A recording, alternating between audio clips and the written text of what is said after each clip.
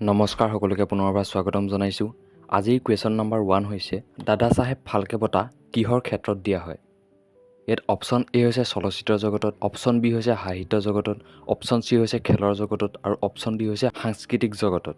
ইয়াৰ শুদ্ধ উত্তৰটো হ'ব অপশ্যন এ চলচ্চিত্ৰ জগতত। দাদা চাহেব ফাল্কে বঁটা চলচ্চিত্ৰ জগতৰ ক্ষেত্ৰত দিয়া হয়। কুৱেশ্যন নম্বৰ 2, কোন ভাৰতীয়ই সৰ্বপ্ৰথমে অক্সফোৰ্ড বিশ্ববিদ্যালয়ৰ ভাৰতীয় অধ্যাপকৰ সন্মান পাইছিল? ইয়াত অপশ্যন এ হৈছে জৱাহৰলাল নেহেৰু, অপশ্যন বি হৈছে doctor Sarvepalli Radhakrishnan, option C হৈছে নিৰ্মল প্ৰভা বৰদলৈ আৰু অপশ্যন ডি হৈছে আনন্দ চন্দ্ৰ আগৰৱালা। ইয়াৰ শুদ্ধ উত্তৰ হ'ব option B doctor Sarvepalli Radhakrishnan. Question number 3, সম্ৰাট আকবৰে প্ৰৱৰ্তন কৰা ধৰ্মটোৰ নাম কি? ইয়াত অপশ্যন এ হৈছে দিন ই ইলাহী, অপশ্যন বি হৈছে খ্ৰীষ্টান, অপশ্যন চি হৈছে ইছলাম আৰু অপশ্যন ডি হৈছে মুছলিম। ইয়াৰ শুদ্ধ উত্তৰ হ'ব অপশ্যন এ দিন ই ইলাহী। সম্ৰাট আকবৰে প্ৰৱৰ্তন কৰা ধৰ্মটোৰ নাম দিন ই ইলাহী। কুৱেশ্যন নম্বৰ 4, গুণমালা পুথিখন কি চন্দত ৰচিত? ইয়াত অপশ্যন এ হৈছে ভাটিয়লী চন্দত, অপশ্যন বি হৈছে কুসুমালা চন্দত, অপশ্যন চি হৈছে বসন্ত চন্দত, অপশ্যন ডি হৈছে তথা চন্দত। ইয়াৰ শুদ্ধ উত্তৰ হ'ব অপশ্যন বি কুসুমমালা চন্দত। গুণমালা পুথিখন কুসুমমালা চন্দত ৰচিত। কুৱেশ্যন নম্বৰ 5, অৰুণোদয় কাকতৰ প্ৰথম সম্পাদক কোন আছিল? ইয়াৰ শুদ্ধ উত্তৰ হ'ব option B Nathan Brown. Arunodoi কাকতৰ প্ৰথম সম্পাদক নাথান ব্ৰাউন আছিল। কুৱেশ্যন নম্বৰ 6, অসমৰ উপন্যাস সম্ৰাট কোন?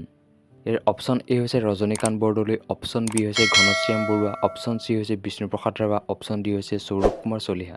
ইয়াৰ শুদ্ধ উত্তৰ হ'ব অপশ্যন এ ৰজনীকান্ত বৰদলৈ। অসমৰ উপন্যাস সম্ৰাট বুলি ৰজনীকান্ত বৰদলৈক জনা যায়। কুৱেশ্যন নম্বৰ 7, বিশ্বৰ আটাইতকৈ ডাঙৰ মহাসাগৰ কোনখন?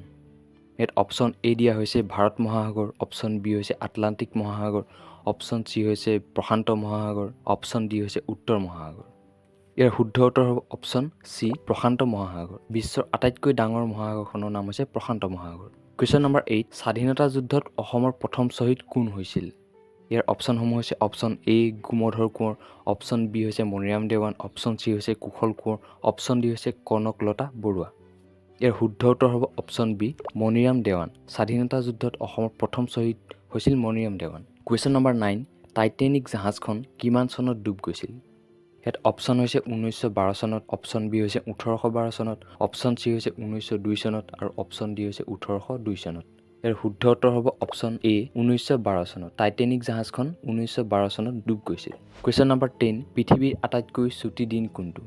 ইয়াত অপশ্যন এ হৈছে 21 ফেব্ৰুৱাৰী, অপশ্যন বি হৈছে 22 ফেব্ৰুৱাৰী, অপশ্যন চি হৈছে 25 ডিচেম্বৰ আৰু অপশ্যন ডি হৈছে 22 ডিচেম্বৰ। ইয়াৰ শুদ্ধ উত্তৰ হ'ব অপশ্যন ডি 22 ডিচেম্বৰ। পৃথিৱীৰ আটাইতকৈ চুটি দিনটো হৈছে 22 ডিচেম্বৰ। কুৱেশ্যন নম্বৰ 11, অসমৰ ৰাজ্যিক ফুল কি? ইয়াৰ অপশ্যনসমূহ হৈছে অপশ্যন এ তগৰ ফুল, অপশ্যন বি কপৌ ফুল, অপশ্যন চি পদুম ফুল, অপশ্যন ডি শেৱালি ফুল। ইয়াৰ শুদ্ধ উত্তৰ হ'ব অপশ্যন বি কপৌ ফুল। অসমৰ ৰাজ্যিক ফুল কপৌ ফুল। কুৱেশ্যন নম্বৰ 12, অসমৰ সেউজ কোঁৱৰ কোন? ইয়াৰ অপশ্যন এ হৈছে জ্যোতিপ্ৰসাদ আগৰৱালা, অপশ্যন বি হৈছে হীৰেণ ভট্টাচাৰ্য, অপশ্যন চি হৈছে পৰাগধৰ চলিহা, অপশ্যন ডি হৈছে নৱকান্ত বৰুৱা। ইয়াৰ শুদ্ধ উত্তৰ হ'ব অপশ্যন চি পৰাগধৰ চলিহা। অসমৰ সেউজ কোঁৱৰ বুলি পৰাগধৰ চলিহাক জনা যায়। কুৱেশ্যন নম্বৰ 13, অসমৰ ৰাজ্যিক গছ কি? এইটো সকলোৱে জানা। ইয়াৰ শুদ্ধ উত্তৰ হ'ব অপশ্যন বি হুলুং গছ। অসমৰ ৰাজ্যিক গছ হৈছে হুলুং গছ। কুৱেশ্যন নম্বৰ 14, প্ৰথম অসমীয়া ৰাষ্ট্ৰপতি কোন? ইয়াৰ অপশ্যন এ হৈছে বিষ্ণুৰাম মেধি, অপশ্যন বি হৈছে ফখৰুদ্দিন আলী আহমেদ, অপশ্যন চি হৈছে জৱাহৰলাল নেহেৰু, অপশ্যন ডি হৈছে আনন্দ চন্দ্ৰ আগৰৱালা। ইয়াৰ শুদ্ধ উত্তৰ হ'ব অপশ্যন বি ফখৰুদ্দিন আলী আহমেদ। প্ৰথম অসমীয়া ৰাষ্ট্ৰপতি হৈছে Fakhruddin Ali Ahmed. Question number 15, Coca Cola কোনে আৱিষ্কাৰ কৰিছিল? ইয়াৰ শুদ্ধ উত্তৰ হ'ব option A doctor John S Pemberton. Coca Cola doctor John S পেম্বাৰটনে আৱিষ্কাৰ কৰিছিল। কুৱেশ্যন নম্বৰ 16, প্ৰথম বিশ্বযুদ্ধ কেতিয়া হৈছিল? ইয়াৰ অপশ্যন এ হৈছে 1919 চনত, অপশ্যন বি হৈছে 1914 চনত, অপশ্যন চি হৈছে 1814 চনত, অপশ্যন ডি হৈছে 1901 চনত।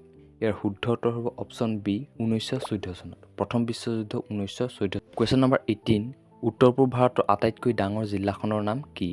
ইয়াত অপশ্যন এ হৈছে হাইলাকান্দি, অপশ্যন বি হৈছে দৰং, অপশ্যন চি হৈছে গুৱাহাটী, অপশ্যন ডি হৈছে চাংলাং। ইয়াৰ শুদ্ধ উত্তৰ হ'ব অপশ্যন ডি চাংলাং। উত্তৰ পূব ভাৰতৰ আটাইতকৈ ডাঙৰ জিলাখন হৈছে চাংলাং আৰু ই অৰুণাচল প্ৰদেশত অৱস্থিত। কুৱেশ্যন নম্বৰ 19, বিশ্বৰ কোনগৰাকী মহিলাক মানৱ কম্পিউটাৰ আখ্যা দিয়া হয়?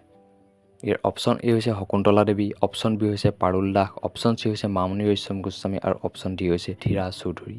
ইয়াৰ শুদ্ধ উত্তৰ হ'ব অপশ্যন এ শকুন্তলা দেৱী। শকুন্তলা দেৱীক বিশ্বৰ মানৱ কম্পিউটাৰ ৰূপে আখ্যা দিয়া হয়। কুৱেশ্যন নম্বৰ 20 অসমৰ সৰস্বতী বুলি কাক আখ্যা দিয়া হয়?